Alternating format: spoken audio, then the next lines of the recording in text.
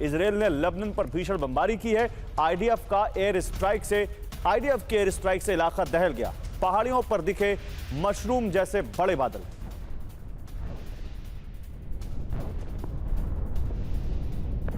तो ये लेबनान पर इजरायल की सेना की भीषण बमबारी के बाद की तस्वीर देखिए, कैसे पहाड़ियों पर चारों तरफ धुआं ही धुआं दिख रहा है, मानो तबाही सी मचा के रख दी हो। यहां पर इजरायल ने हर तरफ जैसे बम ही बम बरसा दिए हो। धुएं का मशरूम आप देखिए, ये लेबनान पर भीषण बमबारी की है पहाड़ियों पर इजरायल ने, और ये बताता है कि लेबनान में इजरायल किस कदर तबाही मचा रहा है। और लेबनान में इजरायल की एयर स्ट्राइक भी हुई है। नेवातिया में रिहायशी इलाकों पर हमला किया इजरायल ने। हवाई हमलों में कई लोगों की मौत की खबर है। करीब 3600 लोग अभी तक इजरायल की इस स्ट्राइक में मारे जा चुके हैं। जब से ईरान युद्ध शुरू होने के बाद लेबनान में इजरायल ने एयर स्ट्राइक शुरू की है, और ये लेबनान से आंकड़े आ रहे हैं। लेकिन अभी तक लेबनान पर अटैक रुके नहीं है इजरायल के। सीज फायर की शर्तों में कई बार यह कहा गया कि सीज फायर तभी माना जाएगा जब लेबनान पर भी इजरायल के अटैक रुक जाए, लेकिन आज तक इजरायल ने लेबनान पर अपने अटैक रोके नहीं। अमेरिका से संबंध थोड़े से तनावपूर्ण होने के बावजूद, ट्रंप का नेतन्याहू को अपशब्द कहने के बावजूद इजरायल ने अपने ये अटैक रोके नहीं है। देखिए दो तस्वीरें, दोनों में देखिए कितनी भीषण तबाही, कितना भयंकर वहां पर धमाका, कितना बड़ा विस्फोट आप देखिए इन तस्वीरों में। और यूक्रेनी मिग-29 फाइटर जेट ने कहर बरपाया है। GBU-39 गाइडेड एरियल बॉम्ब से तबाही मचाई है। रूस के कई ठिकाने तबाह कर दिए। अब देखिए एक मोर्चा वहां वेस्ट एशिया में, दूसरा मोर्चा यहां पर, कैसे यहां पर रूस के कई ठिकाने तबाह हो गए हैं। GBU-39 गाइडेड एरियल बॉम्ब से तबाही मचाई है यूक्रेन ने। ये आप देख सकते हैं, ये यूक्रेन की एयरफोर्स है, मिग-29 फाइटर जेट है जिसने कहर बरपाया यहां पे। और यूक्रेन का रूसी सैन्य पोस्ट पर विध्वंसक हमला। लेनिनग्राद इलाके में हमले से आग लग गई। कामिकाजी ड्रोन से इलाके में तबाही मच गई। ये देखिए एक ड्रोन है, ये कोई फाइटर जेट नहीं है, ये ड्रोन है। कैसे ये कामिकाजी ड्रोन जाके अपने टारगेट को हिट करता है और वहां पे ब्लास्ट हो जाता है। कामिकाजी ड्रोन यानी सुसाइडल ड्रोन, जो विस्फोटकों से भरा होता है और टारगेट को खुद जाके हिट करता है, फट जाता है और वहां भयंकर विस्फोट होता है। उधर यूक्रेन का रूस में विध्वंसक ड्रोन अटैक। यूक्रेनी हमले में रूस का हथियार डिपो तबाह हो गया। क्रास्नोदर इलाके में तेल डिपो पर हमला किया गया है। यूक्रेन ने रूस में एक के बाद एक कई अटैक किए। अब एक और अटैक देखिए, कैसे तेल डिपो तबाह हो गया हमले में रूस का। ये आप देख सकते हैं, हथियार डिपो है, ये हथियार डिपो तबाह हो गया। तेल डिपो पर भी क्रास्नोदर इलाके में हमला किया है यूक्रेन ने। ओहायो के टोलेडो में सनकी ने एक फायरिंग की। देखिए गोलीबारी में कई लोग हताहत हुए हैं। अब अमेरिका से आपको खबर दिखा रहे हैं, ओहायो के टोलेडो में एक सनकी ने फायरिंग की है। गोलीबारी में कई लोग हताहत हो गए हैं। फेस्टिवल में अचानक गोलीबारी से हड़कंप मच गया।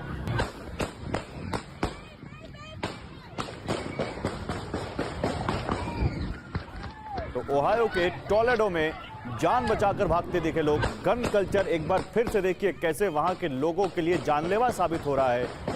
लगातार बहस चल रही है एक अमेरिका में गन कल्चर को लेकर, क्योंकि बड़े आसानी से वहां गन्स मिलती हैं लोगों को, जिसके बाद कोई भी संख्या किसी भीड़ भाड़ वाले जगह में, किसी कॉलेज में, किसी स्कूल में घुसकर, किसी पार्टी में घुसकर गोलियों से लोगों को मार देता है और फिर ऐसी तस्वीरें आती हैं।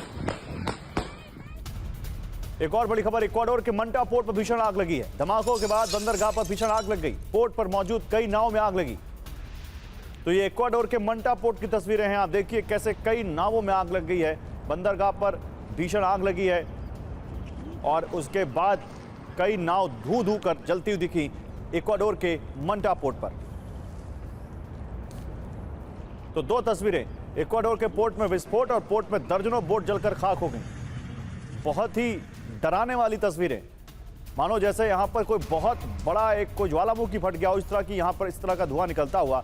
ये तस्वीरें ओहायो, ये तस्वीरें इक्वाडोर से, ओहायो से नहीं। ओहायो में तो वो गन वाली का तस्वीर दिखाई थी हम आपको। इक्वाडोर से, इक्वाडोर के पोर्ट में विस्फोट हुआ, जिसके बाद कई आसपास की जो बंदरगाह पर डॉक थी बोट्स, उनके ऊपर वो भी उसकी चपेट में आ गई और उनमें भी आग लग गई। और उसके बाद देखिए कैसे काला धुआं पूरे आसमान को अपने आगोश में लेता हुआ।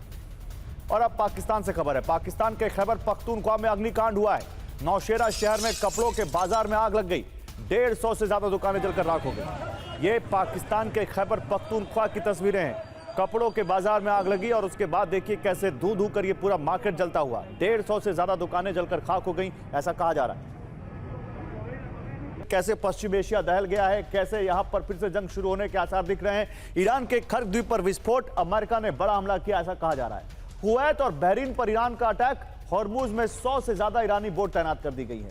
और पेंटागन, अमेरिका का रक्षा मुख्यालय, वहां पर जासूसी कर रहा है इजराइल, गुस्से में अमेरिका, इस पर बात करेंगे। देखिए अभी आपको दिखाते हैं, लेकिन इसी बीच एक जो बड़ी खबर अभी थोड़ी देर पहले की एक बड़ी खबर आ रही है हमारे पास इजराइल से, और ये चिंता वाली खबर है क्योंकि इजराइल में आतंकी हमले हुए हैं। इजराइल में आतंकी हमलों से हड़कंप मच गया है। सेंट्रल इजराइल में हुआ है टेरर अटैक, कार सवार 2 हमलावरों ने फायरिंग की है। 4 जगहों पर जबरदस्त फायरिंग से दहशत फैल गई है। एक इजरायली की मौत हो गई है और 5 लोग गंभीर रूप से घायल हैं। ये सेंट्रल इजराइल की तस्वीरें हम आपको दिखा रहे हैं जहां पर आतंकी हमला हुआ है। 2 हमलावरों ने फायरिंग की है, कार सवार थे ये, और उन्होंने वहां पर 4 जगहों पर फायरिंग की। कार सवार 2 हमलावरों ने फायरिंग की, एक इजरायली शख्स की मौत हो गई है और 5 गंभीर रूप से घायल है। और सेंट्रल इजराइल के कोचाव यार में भी हमला हुआ है। हाईवे से लगे पेट्रोल पंप के नजदीक फायरिंग की गई है। सुरक्षा बलों की फायरिंग में एक आतंकी ढेर हो गया है। हमले में इस्तेमाल कार जब्त कर ली गई है और दूसरे आतंकी की तलाश जारी है। पूरे इजराइल में हाई अलर्ट के बीच सर्च ऑपरेशन।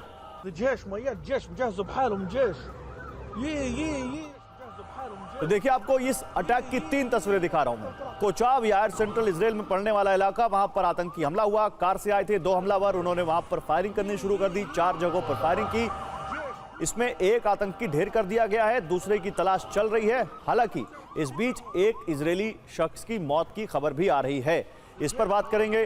क्या ये ईरान के युद्ध की यहां पर कह सकते हैं कि ये जिस तरह से लगातार ईरान युद्ध भड़का हुआ है और जिस तरह से लगातार अमेरिका और इजराइल मिलकर ईरान पर हमला कर रहे हैं, क्या उसका ये एक साइड इफेक्ट है, ये कह सकते हैं? आइए जरा बात करते हैं। Major general Sudhakar as defence expert हमें ज्वाइन कर चुके हैं। अशोक सज्जनार पूर्व राजदूत हमें ज्वाइन कर चुके हैं। ग्रुप कैप्टन डॉक्टर डी के पांडे एज डिफेंस एक्सपर्ट हमें ज्वाइन कर चुके हैं। आप सभी का स्वागत है।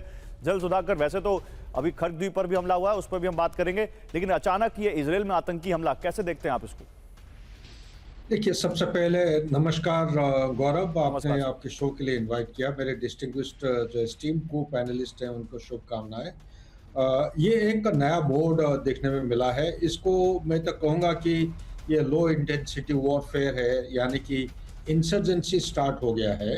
ये बड़ा खतरनाक साबित हो सकता है क्योंकि अभी तक एक किस्म का, चाहे माने ना माने, कन्वेंशनल मेथड से हो रहा था, स्टैंड ऑफ अटैक हो रहा था, ड्रोन के जरिए से, मिसाइल के जरिए से, रॉकेट से हो रहा था, इजराइल और यूएसए की तरफ से हवाई जहाज से हमला होता था। लेकिन ये जो इंसर्जेंसी है, इसको हालांकि इजराइल का तजुर्बा बहुत अच्छा रहा है, बहुत सक्सेसफुली उन्होंने कंटेस्ट किया अभी तक, लेकिन ये जो एक हाइब्रिड ऑपरेशन स्टार्ट हो रहा है, ये बहुत लंबा खींचने वाला है। और नंबर 2, इसलिए मेरे विचार के मुताबिक इसलिए खींच रहा है क्योंकि वो लेबनान में फायरिंग बंद नहीं कर रहे हैं। हिजबुल्लाह के ऊपर दे धमाके ऊपर अटैक कर रहे हैं। अभी लेबनान के अंदर 14.5 किलोमीटर अंदर ऑलरेडी घुस चुके हैं। जो पुराना एक कैसल हुआ करता था, ब्यूफोर्ट कैसल, जो 1982 में उन्होंने अबैंडन किए थे या सरेंडर किया था, उसको दोबारा उन्होंने कैप्चर किया है। एक तो ये चीज है, लेकिन इसी के साथ मैं तो ये कहूंगा, ये जो यूएसए का जो लड़ाई है, जो कमेश और खाग आइलैंड के बीच में, ये इसको मैं कहूंगा कि प्री बोम्बार्डमेंट, यानी कि असल लड़ाई से पहले ये एक प्रोबिंग अटैक के तौर पे वो देख रहे हैं कि ईरान का क्या इसका जवाब। अभी इस पर हम बड़ी डिटेलिंग करेंगे और इस पर आपसे फिर से बात करेंगे, लेकिन फिलहाल आपने कुछ बड़े इनपुट यहाँ पर दिए हैं कि किस तरह से ये एक चिंताजनक फेज और दिख रहा है इस वॉर का। ईरान के खर्क द्वीप पर एक और भीषण विस्फोट हुआ है। अमेरिका की प्रीएम्प्टिव स्ट्राइक की आशंका है। ईरान के एयर डिफेंस ने इसको इंटरसेप्ट किया है और अमेरिका के टारगेट पर ईरान के सैन्य ठिकाने थे। ईरानी मीडिया का बड़ा दावा है। ये देखिए कैसे भयंकर यहाँ पर हमला किया ईरान के केशम द्वीप पर। अमेरिका ने, ईरानी इंटरसेप्टर्स ने इस मिसाइल को इंटरसेप्ट किया है, लेकिन ईरान कह रहा है यहां पर कि उनके टारगेट पर ईरान के मिलिट्री एस्टैब्लिशमेंट्स थे और ईरान में अमेरिकी हमलों से कोहराम मच गया। ईरान के केशम द्वीप में भयंकर एयर स्ट्राइक की है अमेरिका ने। ईरानी फोर्स के रडार ठिकानों पर हमला किया। आईआरजीसी के ड्रोन कमांड सेंटर को दहला दिया। सेंटकॉम ने हमले का वीडियो जारी करके इसकी पुष्टि की है। ओहो, ये तस्वीरें देखिए, ये लेकिन पुराना वीडियो है, ये अभी का वीडियो नहीं है। देख लीजिए, हम आपको बता दें, आप ये मत सोचिएगा ये अभी का वीडियो है, लेकिन बहुत भयंकर विस्फोट किया है वहां पर IRGC के ड्रोन कमांड सेंटर पर अमेरिका ने ईरान के IRGC कमांड सेंटर पर बड़ा हमला किया है। सेंटकॉम ने हमले का वीडियो जारी किया, हालांकि ये वो वीडियो नहीं है, आप ध्यान रखिएगा। और इसी बीच पश्चिम एशिया में अमेरिका का एक और एयरक्राफ्ट कैरियर, पश्चिम एशिया में USS जॉर्ज W बुश की एंट्री। पश्चिम एशिया में एक और एयरक्राफ्ट कैरियर आ गया। पश्चिम एशिया में USS जॉर्ज W बुश की एंट्री। नए वॉरशिप के आने पर ईरान की चेतावनी, संघर्ष बढ़ा तो हम एयरक्राफ्ट कैरियर को टारगेट करेंगे। IRGC न्यूज का बड़ा दावा। पश्चिम एशिया में अमेरिका ने तैनाती बढ़ा दी है। पश्चिम एशिया में F-35A विमानों की नई खेप आई है। खाड़ी में 2 F-35A स्टेल्थ फाइटर जेट से पेट्रोलिंग हो रही है। US सेंट्रल कमांड ने यह बड़ा दावा किया है।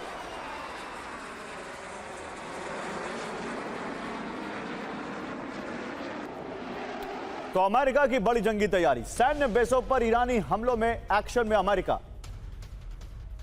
पश्चिम एशिया में F-35A विमानों की नई खेप आई है। हॉर्मुज के नजदीक 2 F-35A स्टेल्थ फाइटर जेट से पेट्रोलिंग की गई है। पश्चिम एशिया में aircraft carrier USS George W Bush की एंट्री हुई है। बेन गुरियन एयरपोर्ट पर 75 अमेरिकी रिफ्यूलिंग टैंकर आए हैं। हॉर्मुज के नजदीक 16 से ज्यादा वॉरशिप और 100 से ज्यादा फाइटर जेट्स तैनात किए गए हैं। US सेंट्रल कमांड की तरफ से जानकारी मिल रही है। अब अगर इतनी यहां पर तैनाती है तो जल्दी से ग्रुप कैप्टन DK पांडे, ये तैनाती लगातार बढ़ रही है, घट रही है, कोई असेसमेंट है अभी तक का आपका कि ये क्यों कर रहा है अमेरिका? जय हिंद, धन्यवाद इस संवाद में शामिल करने के लिए। देखिए, मजेदार चीज ये है कि बैक चैनल में जो एफर्ट्स हो रहे हैं सीज फायर के लिए, तथाकथित शांति की वार्ता के लिए, वो तो एक अलग नैरेटिव सेट कर रहा है। दूसरा, डोनाल्ड ट्रंप का ये कहना कि भाई मैं खुमैनी का बहुत इज्जत करता हूं, मिलना चाहता हूं, और वो बैक चैनल में भी इन्वॉल्व हैं, बहुत डायरेक्टली इन्वॉल्व हैं। और तीसरा कि हम बस कुछ अगले हफ्ते तक हम ईरान को पूरा धराशायी कर देंगे। ये बताता है कि किस प्रकार से ऊहापोह की स्थिति में, लेकिन जो फोर्सेज हैं और बैटलफील्ड में, सेंटकॉम ने ये डिसाइड किया हुआ अगर जरूरत पड़ती है तो उसको ऑपरेशंस के लिए जाना होगा। और जो भी जरूरत है ऐसे ऑपरेशंस में, क्योंकि बहुत सारे फैक्टर्स एक साथ काम कर रहे हैं, डिप्लॉयमेंट है, और ईरान ने भी इस बीच में जो समय मिला है उसमें उसने अपने जो एयर डिफेंस को पुनर्जीवित किया है, साथ में और जो बाकी दूसरे एसेट्स को उन्होंने रिस्टोर किया है। तो उससे का सामना करने के लिए जो है सेंटकॉम अपनी पूरी तैयारी कर रहा है। ठीक है सर, आप ये बता दीजिए, देखिए पश्चिम एशिया के देशों में ईरान का कहर। कुवैत और बहरीन में अमेरिकी बेस पर विनाशक हमला। कुवैत और बहरीन में ईरान ने 7 मिसाइलें दागी हैं। बहरीन में अमेरिकी नेवी की 5th फ्लीट को टारगेट किया गया है। अमेरिकी एयर डिफेंस ने 6 मिसाइलों को इंटरसेप्ट किया है। तो कुवैत के एयरपोर्ट का वो अटैक कौन भूल सकता है। उसके बाद लगातार कुवैत और बहरीन पर यहां पर ईरान अटैक कर रहा है। बहरीन में अमेरिका की नेवी की 5th फ्लीट है, उसको टारगेट करते हुए ईरान ने यहां पर मिसाइलें दागी। 6 मिसाइलें इंटरसेप्ट की हैं अमेरिका के वहां पर US एयर डिफेंस ने। ये देखिए, ये कुवैत और बहरीन पर हमले की प्रतीकात्मक तस्वीर हम आपको दिखा रहे हैं। लेकिन इसी बीच एक और बड़ी खबर है, ईरान के हमलों से अमेरिकी बेसेस में तबाही। अमेरिका के 80% रडार सिस्टम तबाह हो गए। ईरान ने मिडिल ईस्ट में या कहें वेस्ट एशिया में जो अमेरिका के बेसेस हैं वहां पर 80% रडार सिस्टम तबाह कर दिए हैं। 80% से ज्यादा ऑपरेशनल फैसिलिटीज नष्ट कर दी हैं। पश्चिम एशिया के कई अमेरिकी बेसेस पर एयर स्ट्राइक की है ईरान ने। ईरानी स्टेट मीडिया ने यह दावा किया है, लेकिन अमेरिका ने इसकी पुष्टि नहीं की। और हॉर्मुज स्ट्रेट में ड्रोन हमलों से हड़कंप। हॉर्मुज पार कर रहे जहाजों पर फिर हमला। अमेरिकी नाकाबंदी के नजदीक ड्रोन स्ट्राइक। अमेरिका ने मार गिराए 4 ईरानी ड्रोन। US सेंट्रल कमांड का बड़ा दावा। तो देखिए, अमेरिकी नाकाबंदी के नजदीक हॉर्मुज पार कर रहे शिप्स पर ईरान ने ड्रोन अटैक किए, लेकिन अमेरिका ने इन 4 ड्रोन्स को इंटरसेप्ट किया और हवा में ही मार गिराया। ये तस्वीरें उसकी। तो ईरान का हमला, पश्चिम एशिया कांपा। कुवैत और बहरीन में ईरान के 7 मिसाइलें दागी हैं। 7 मिसाइलें कुवैत और बहरीन में US नेवी की 5th फ्लीट को टारगेट किया गया है। अमेरिकी एयर डिफेंस ने 6 मिसाइलों को इंटरसेप्ट किया है। अमेरिका के 80% रडार सिस्टम तबाह कर दिए, एक रिपोर्ट कह रही है। अमेरिका की 80% से ज्यादा ऑपरेशनल फैसिलिटी नष्ट। खर्क द्वीप पर हमलों के जवाब में ईरानी एयर स्ट्राइक। सोर्स है ईरानी मीडिया। एम्बेसडर सज्जनहार, देखिए, जब से डोनाल्ड ट्रंप का वो स्टेटमेंट आया कि सीज फायर तो है लेकिन मिनी वॉर है, छोटे मोटे तो हम सीज फायर में 1-2 हमले करते रहते हैं, तब से लगातार ये रोज 2-4% इंटेंसिटी बढ़ती जा रही है। ईरान भी अटैक शुरू कर चुका है वेस्ट एशिया में और अमेरिका भी केश में खर्ग में कर रहा है। और आज एक नई जानकारी आती है या कल एक नई जानकारी आती है कि सारी बातचीत जो ईरान की जो फ्रीज्ड असेट्स हैं उस पर फंसी हुई है। तो ये रसाकशी कैसी, किस बात पे है? क्या ये negotiation on the war ground हो रहा है? क्या हो रहा है सर? जी धन्यवाद गौरव। ये देखिए जरूर जो फ्रोजन एसेट्स हैं, क्योंकि काफी हद तक है, उनके $20 बिलियन से ज्यादा है, उसमें करीब $12 बिलियन कतार में पड़े हुए हैं। तो ईरान चाहता है, जो देखिए अब 3-4 महीने से ये युद्ध चल रहा है, उसका जो इंफ्रास्ट्रक्चर है एकदम खत्म हो गया है, निस्तनाबूद हो गया।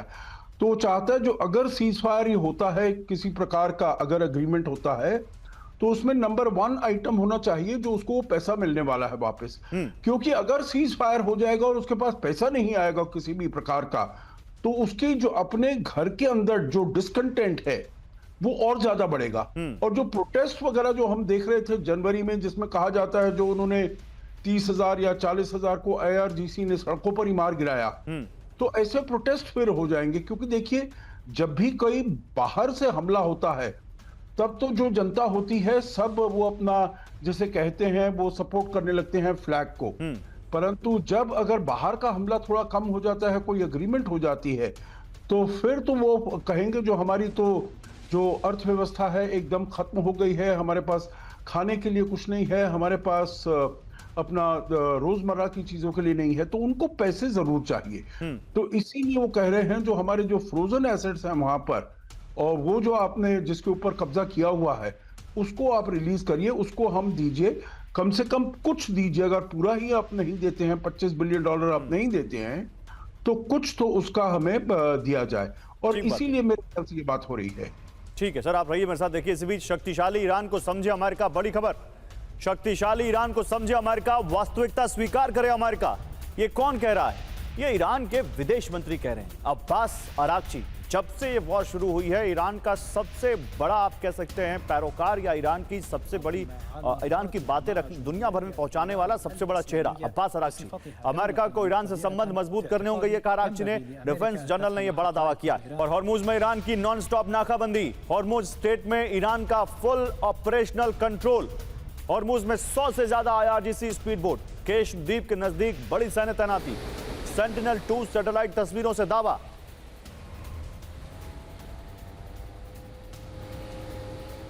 और हिंद महासागर में अमेरिकी नेवी का एक्शन, अमेरिका ने अरब सागर जा रहे MT डेविना शिप को रोका। अमेरिका के इंडो पैसिफिक कमांड ने कार्रवाई की। शिप पर हेलीकॉप्टर से उतरे अमेरिकी मरीन। ईरान को मटेरियल सप्लाई की आशंका में एक्शन। अरब सागर जा रहे MT डेविना शिप को रोका गया। अमेरिकन मरीन्स वहां पर उतरते हैं उस शिप पर, क्योंकि ये आशंका थी कि ईरान को रसद सप्लाई की जा रही है, इस शिप के जरिए मटेरियल सप्लाई किया जा रहा है, जिसके बाद इस शिप को रोका गया। और हॉर्मुज में बमों को न्यूट्रलाइज कर रहा ईरान। जंग में बचे विस्फोटक को न्यूट्रलाइज करने का ऑपरेशन। बंदर अब्बास के नजदीक कंट्रोल्ड विस्फोट। 10 जून तक धमाकों से गूंजेगा पूरा इलाका, ईरान की स्टेट मीडिया IRIB का दावा। तो देखिए, विस्फोटक न्यूट्रलाइज किए जा रहे हैं। बंदर अब्बास के नजदीक कंट्रोल्ड विस्फोट हो रहे हैं। जंग में बचे विस्फोटकों को न्यूट्रलाइज करने का ऑपरेशन चल रहा है। हॉर्मुज में बमों को न्यूट्रलाइज कर रहा है ईरान।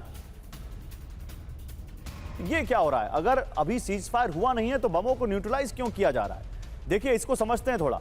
हॉर्मुज में ऑपरेशन न्यूट्रलाइज, हॉर्मुज स्टेट में बमों को न्यूट्रलाइज कर रहा है ईरान। जंग में बचे विस्फोटकों को न्यूट्रलाइज करने का ऑपरेशन चला रहा है। बंदर अब्बास पोर्ट के नजदीक 10 जून तक कंट्रोल्ड विस्फोट किए जा रहे हैं। 10 जून तक धमाकों से गूंजेगा ईरान का कोस्टल इलाका। ईरान के हॉर्मुज ग्रांड प्रांत में गवर्नर का बड़ा ऐलान। ऑपरेशन के बीच ओमान के नजदीक 100 से ज्यादा IRGC स्पीड बोट तैनात की गई हैं।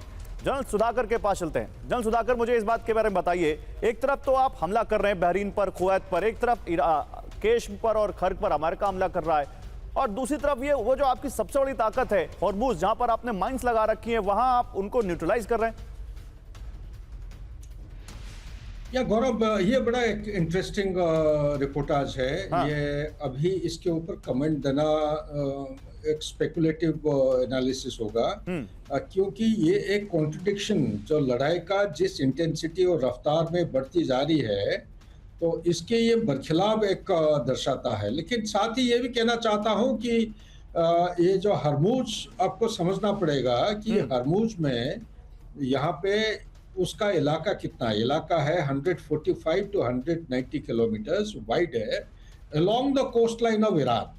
ये कमिश आइलैंड जो है, कोई जगह कशम आइलैंड कह रहे हैं, तो ये आइलैंड का जो स्ट्रेच है ये 135 किलोमीटर होता है। हरमुज जो है गेटवे है ईरान के अंदर घुसने के लिए। उसको अंदर घुसते ही वो पहाड़ियां शुरू हो जाते हैं। सबसे पहला है लो लेवल पहाड़ी, उसके बाद हाई लेवल। ये जो डिस्ट्रक्शन कर रहे हैं यहाँ पे, उनका हरमुज करीब 8 किलोमीटर दूर है कमिश आइलैंड से। ये इनकी जो स्टॉक पाइल है, आइदर ये ऑब्सोलीट हो गए हैं, इनको डिस्ट्रॉय कर रहे हैं जिसको डिस्कार्ड पॉलिसी में आता है, या ये कोई जगह स्पेस क्रिएट कर रहे हैं for new state of the art equipment, या इनके जो कोस्टल बैटरी है, कोस्टल बैटरी में मतलब समथिंग इज गोइंग ऑन। ऐसा नहीं है कि ईरान यहाँ पर बिल्कुल मान गया है और इन बमों को हटा रहा है ताकि आराम से वहां से निकल पाए। नहीं, कुछ तो ईरान के IRGC के दिमाग में चल रहा है डॉक्टर जनरल सुधाकर। ईरान इतना जल्दी झुकेगा नहीं। और अब्बास अरागची ने भी तो कहा है कि हमको समझिए, अमेरिका ईरान की ताकत स्वीकार करे। अब्बास अरागची क्या कह रहे हैं? जनरल सुधाकर से बात करूंगा। अब्बास सजनान, अब्बास अरागची जो कह रहे हैं डिप्लोमेसी में, इसका क्या मतलब निकाले? जी वो देखिए अपने उस पर अड़े हुए हैं, और आप देख रहे हैं जो वहां पर बहुत ये बातें कही गई हैं जो ईरान में दो गुट बनकर उभर रहे हैं। एक तो IRGC है जो बिल्कुल ही अल्ट्रा कंजर्वेटिव है, जो चाहता है जो इस जंग को आगे चलाया जाए, इस जंग को रोका नहीं जाए। और दूसरा है जो कि थोड़ा सा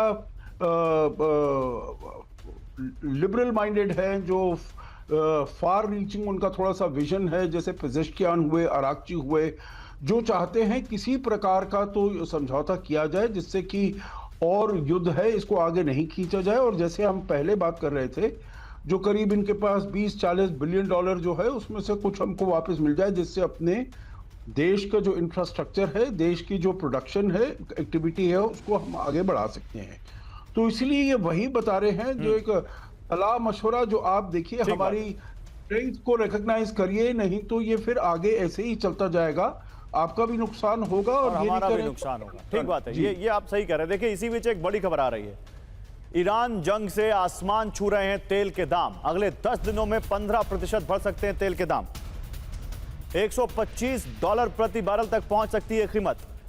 ब्रेंट क्रूड की अभी जो यहां पर कीमतें हैं वो $93 से $95 पर बैरल बनी हुई हैं।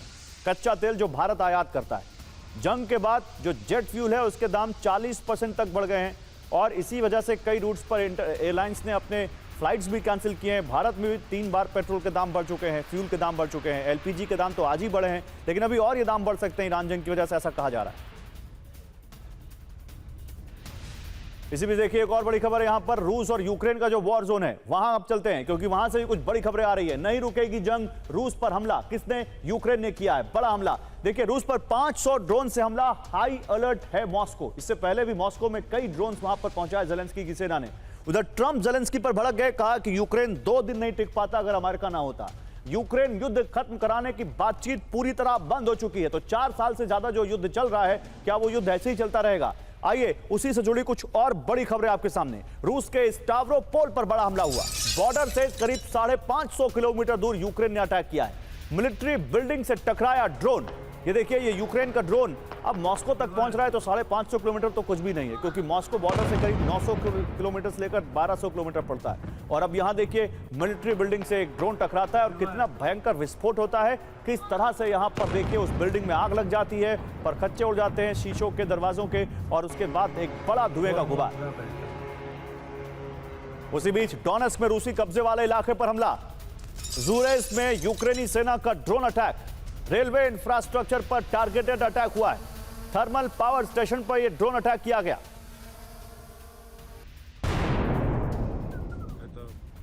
और इसी बीच रूस की राजधानी मॉस्को में हमले का अलर्ट। मॉस्को में पनसीर S1 एयर डिफेंस सिस्टम की तैनाती कर दी गई है। हाई राइज बिल्डिंग पर तैनात है पनसीर S1। Mi-260 हेलीकॉप्टर के जरिए तैनाती की गई है।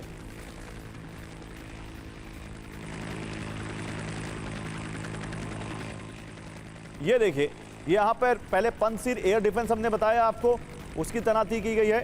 ये देखिए कैसे एक हेलीकॉप्टर के जरिए इसको लेके जाया जा रहा है। Mi-26 हेलीकॉप्टर के जरिए इसको एयरलिफ्ट किया गया और उसको हाई राइज बिल्डिंग पर लगाया गया ताकि एयर से कोई अटैक होता है तो ये पंजशीर एयर डिफेंस सिस्टम उसको इंटरसेप्ट करे और मार गिराए हवा में।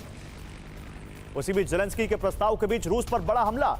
पिछले 24 घंटे में 500 यूक्रेनी ड्रोन से रूस को दहलाया गया है। रूसी डिफेंस ने 339 ड्रोन मार गिराने का दावा किया है। इसका मतलब है कि बाकी ड्रोन्स अपने टारगेट पर हिट हुए हैं। इसका मतलब है कि रूस के कई इलाकों में यूक्रेन के ड्रोन अपने टारगेट को हिट कर पाए हैं। 550 ड्रोन बहुत होते हैं और अगर आपने 350 भी मार गिराए तो 200 ड्रोन तो वहां तक पहुंचे और ये 200 ड्रोन पता नहीं कहां कहां किस जगह हिट कर रहे होंगे। जैसे अभी हमने आपको बताया कि मिलिट्री कॉम्प्लेक्स 550 किलोमीटर दूर है और वहां पर एक ड्रोन ने कैसे हिट किया।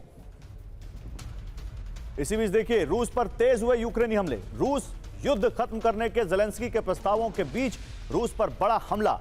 सेंट पीटर्सबर्ग में यूक्रेन ने बड़ा ड्रोन हमला किया। सेंट पीटर्सबर्ग में तो वो इकोनॉमिक कॉन्फ्रेंस चल रही थी, आपको मालूम था। बाल्टिक फ्लीट के नेवल बेस पर अटैक, नौसेना के हथियार गोला बारूद स्टोर पर बड़ा हमला। क्रास्नोदर में भी ऑयल टैंकर पर हमला किया। 24 घंटे में रूस ने 300 से ज्यादा ड्रोन इंटरसेप्ट करने का दावा किया।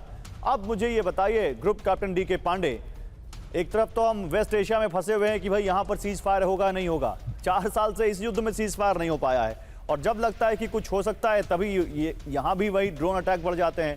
आप देखिए कैसे मॉस्को में जब अटैक किया उसके बाद ओरेश्निक से यूक्रेन को कीव को दहला दिया था पुतिन ने, फिर वही मॉस्को तक जा रहे हैं उनके ड्रोन। सेंट पीटर्सबर्ग जो कि पुतिन का गृह राज्य है वहां तक जा रहे हैं ड्रोन। तो ये क्या चल रहा है यहां पर?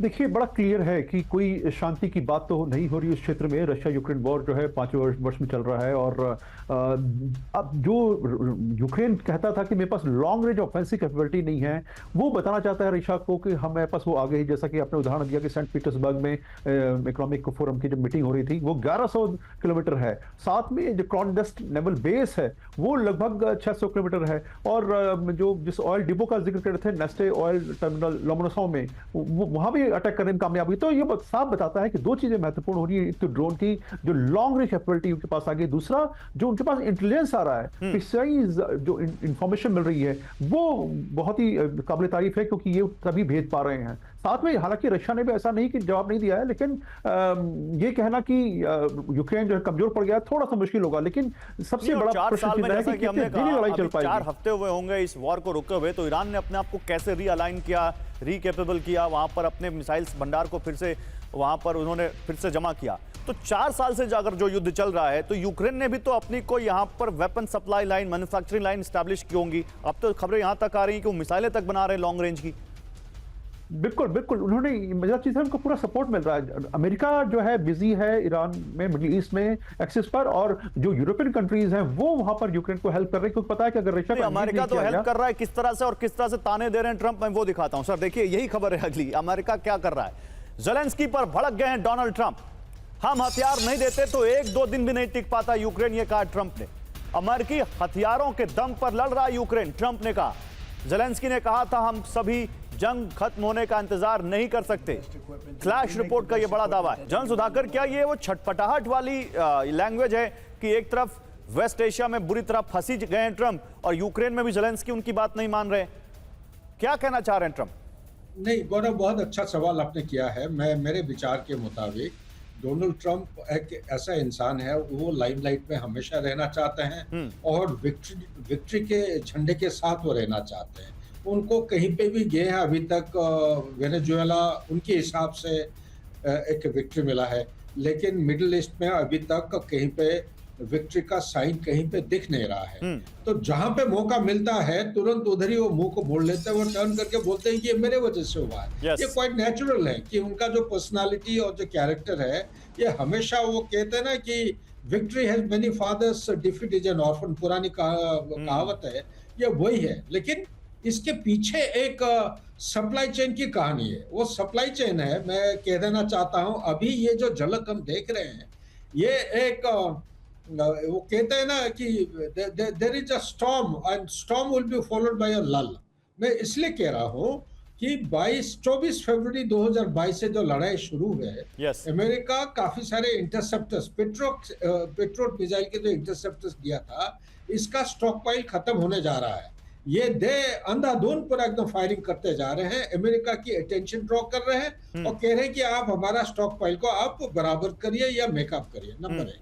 नंबर 2, ये सुन के शायद हमारे दर्शकों को हैरान नहीं होंगे कि पिछले साल जनवरी के महीने में यूके और यूक्रेन ये दोनों 100 साल के लिए एक स्ट्रेटेजिक पार्टनरशिप का एग्रीमेंट साइन किए थे। उसके तहत यूके के बना हुए ये काफी सारे ड्रोन्स अभी रिपोर्ट में आ रहे हैं जो यूके का इंसिग्निया और मोनोग्राम्स हैं। इसी तरह जर्मनी का भी किया है बजाय जेलेंस्की को डांटने के सर, क्योंकि देखिए डोनाल्ड ट्रंप तो तब नहीं थे जब ये वॉर शुरू हुई और तब से अमेरिका उनको वैसे ही सपोर्ट कर रहा है और आज डोनाल्ड ट्रंप को भी करना पड़ा। तो what change he did bring here? वो तो कुछ भी नहीं लाए, वो तो वही कर रहे हैं जो अमेरिका की पॉलिसी है। फिर वो जेलेंस्की के पीछे वो क्या पीछे क्यों इस तरह कर रहे हैं? क्या इसके पीछे डोनाल्ड ट्रंप का कोई और मकसद है? क्योंकि पुतिन कह रहे हैं कि ट्रंप मेरे बहुत अच्छे दोस्त हैं, लेकिन दोस्ती काम नहीं आ रही। अलास्का में मिले उसके बावजूद कुछ नहीं हुआ।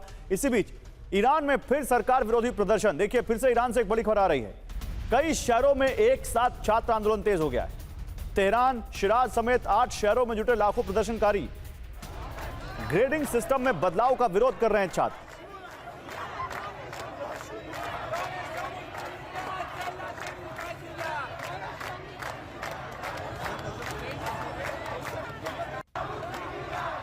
और तेहरान में शिक्षा मंत्रालय के बाहर विरोध प्रदर्शन। सुप्रीम काउंसिल के बाहर जुटे हजारों छात्र। ग्रेडिंग सिस्टम की नई नीतियों में भेदभाव का आरोप। तो तेहरान में शिक्षा मंत्रालय के बाहर छात्र प्रदर्शन कर रहे हैं। सुप्रीम काउंसिल के बाहर जुटे हैं छात्र। उनका कहना है कि यहां पर ग्रेडिंग सिस्टम में जो नई पॉलिसीज लागू की गई हैं उसमें डिस्क्रिमिनेशन है, उसमें भेदभाव किया गया है।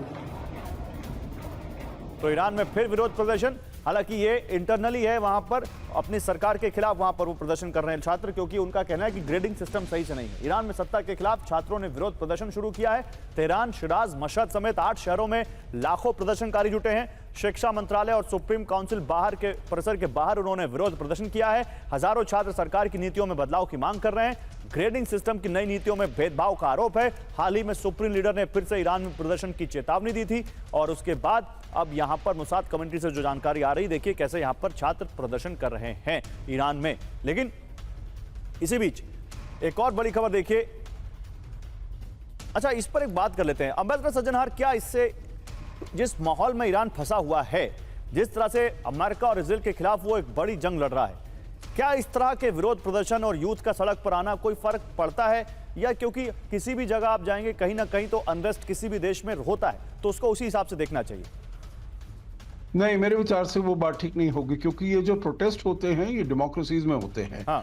जो टोटलिटेरियन सिस्टम्स होते हैं उसमें ये प्रोटेस्ट को एकदम दबा दिया जाता है, खत्म कर दिया जाता है। जो जैसे हमने देखा था 2022 में मासा अमीनी के उसमें सपोर्ट में जो सभी युवतियां महिलाएं उतर आई थी और बहुत ही युवक भी उतर आए थे। उनके जो ये बहुत ऑपरेशन हो रहा है, उनके ह्यूमन राइट्स और उनकी लिबर्टीज के ऊपर बहुत ही अंकुश लगाया जा रहा है।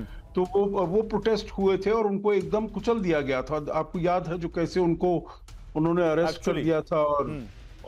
और इस साल के शुरू में भी जनवरी में जब नहीं, तो क्या इसको ऐसा भी देख सकते हैं अम्बेडकर सज्जनहार कि ये कोई हाइब्रिड वॉरफेयर का सिस्टम हो? क्या इसके पीछे कोई हो भी सकता है? जी, वो देखिए कह रहे हैं, जो शाह रज़ा पहलवी का भी एक कॉल आया है इसमें। हाँ। और उन्होंने कहा है उन लोगों को जो आप प्रोटेस्ट में राइज करिए अपनी गवर्नमेंट के विरुद्ध। और जरूर अगर ऐसी चीजें ये होती हैं तो देखिए, एक इसे कहा जाता है अगर एक घास फूस का है उसमें बस एक चिंगारी लगाने की जरूरत है। अगर डिस्कंटेंट अगर देश में है, जो कि मुझे पूरा यकीन है जो होगा, और ये IRGC का क्योंकि वो कंट्रोल किया हुआ है इसीलिए वो वाला उभर कर बाहर नहीं आ रहा है। तो अगर ये किसी ऐसे विषय के ऊपर सभी वो लोग इकट्ठे हो जाते हैं तो उसको वहां से मॉर्फ होना किसी और चीज में, जो इकोनॉमिक प्रोटेस्ट में बदल जाना या किसी और चीज में बदल जाना, ये इसमें मुझे कोई इतना ज्यादा आश्चर्य नहीं लगता। ठीक बात है सर। देखिए इसी बीच एक और बड़ी खबर है इजराइल से जुड़ी हुई। आक्रामक तौर पर जासूसी कर रहा है इजराइल।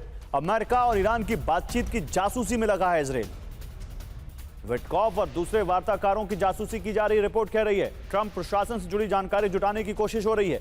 पेंटागन के हवाले से द न्यूयॉर्क टाइम्स ने यह बड़ा दावा किया है।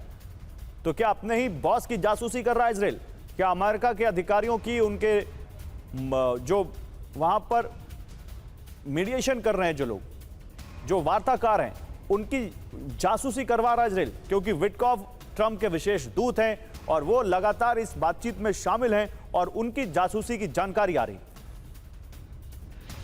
तो अमेरिका की जासूसी में लगा है इजराइल। अमेरिका ईरान बातचीत की जासूसी कर रहा है इजराइल, आक्रामक तौर पर जासूसी कर रहा है इजराइल, ये न्यूयॉर्क टाइम्स का दावा है।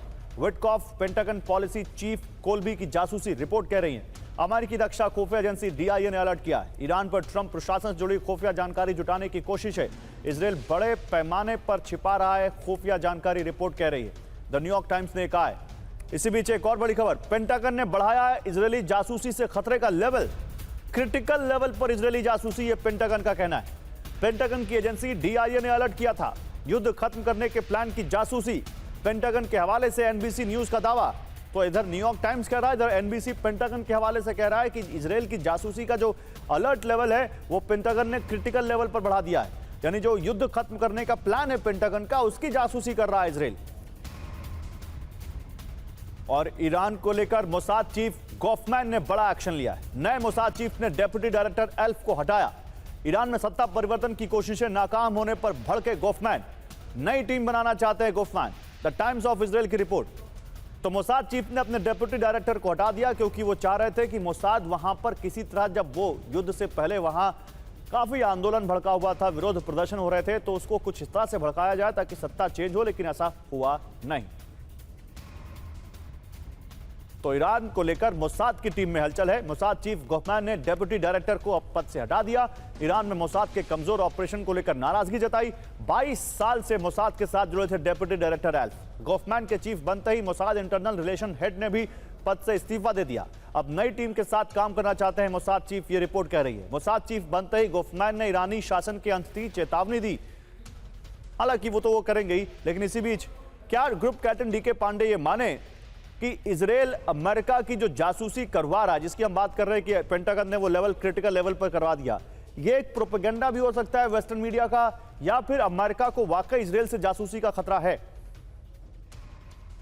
पहले होता है कि what is objective, what is the likely gain. तो महत्वपूर्ण बात है कि जो हम देखते हैं जिस प्रकार से सीज फायर के बारे में, शांति वार्ता के बारे में जो चीजें हुई, कई चीजें ऐसी आई जो कि इजराइल जो है हतप्रभ हो गए, देखिए उसको नहीं पता था। तो इजराइल चाहता है कि अपडेट उसके पास हो कि किस प्रकार से चीजें आगे बढ़ रही, किस दिशा में जा रही है, ताकि वो अपना जो लेबनान में जो उसके ऑपरेशन चल रहे हैं, जो कि पूरा फोकस किया उसने लेबनान में, ईरान में तो छोटे-छोटे उसके ऑपरेशन हो रहे हैं, तो वो उसको अंजाम दे सके, क्योंकि बड़ा क्लियर है उसका ऑब्जेक्टिव की हिजबुल्लाह को, हमास को खत्म किया, हिजबुल्लाह को किसी प्रकार से खत्म करना है, वरना ये बार बार ये प्रॉब्लम होता रहेगा। सीज फायर होने के बाद कहा जा रहा है कि चीजें जो है शांत हो जाएंगी और वो उनके मकसद से हट जाएगा। तो ये अचानक होगा तो दिक्कत हो जाएगी। तो वो चाहता है कि पूरी एक्टिविटी जो है उसकी प्लान करें, जो उसके ऑपरेशंस बचे हुए हैं उनको अंजाम दें, किस प्रकार से आगे लॉजिस्टिक सपोर्ट या सप्लाई चेन को रेगुलेट करना है, वो सारी प्लानिंग जो है फ्यूचरिस्टिक ऑब्जेक्टिव होती है। तो अगर वो आप उससे मुहैया नहीं करा पाएंगे तो दिक्कत हो जाएगी। तो जो पिछले दिनों हमने देखा है किस प्रकार से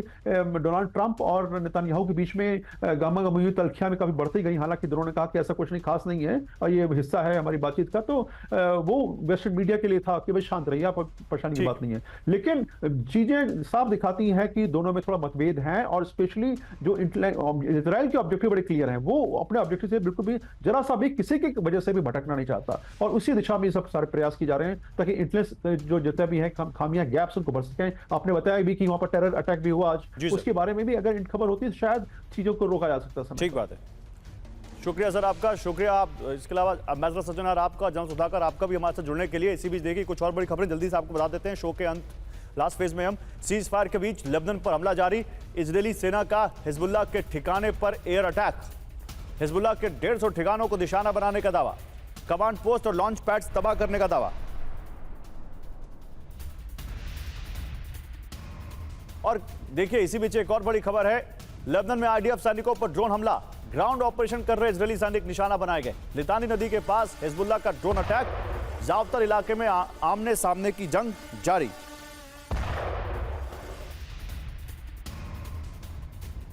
और इसी बीच देखिए एक और बड़ी खबर है, लेबनान में ग्राउंड ऑपरेशन के दौरान 2 इजरायली सैनिकों की मौत हो गई। हिजबुल्लाह के ड्रोन हमले में शहर गामला और ओहाद यारी की मौत। मार्च से अब तक लेबनान में 31 इजरायली सैनिकों ने जान गंवाई। इजराइल में हिजबुल्लाह का रॉकेट अटैक, यफ्ता और रामोत नफ्ताली में रॉकेट हमला, इजरायली सेना का रॉकेट मार गिराने का दावा। सीज फायर के बावजूद हिजबुल्लाह के हमले जारी।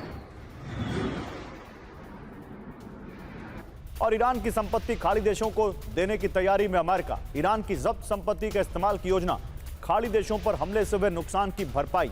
ईरानी संपत्ति पर एक्शन को लेकर ब्लूमबर्ग की रिपोर्ट।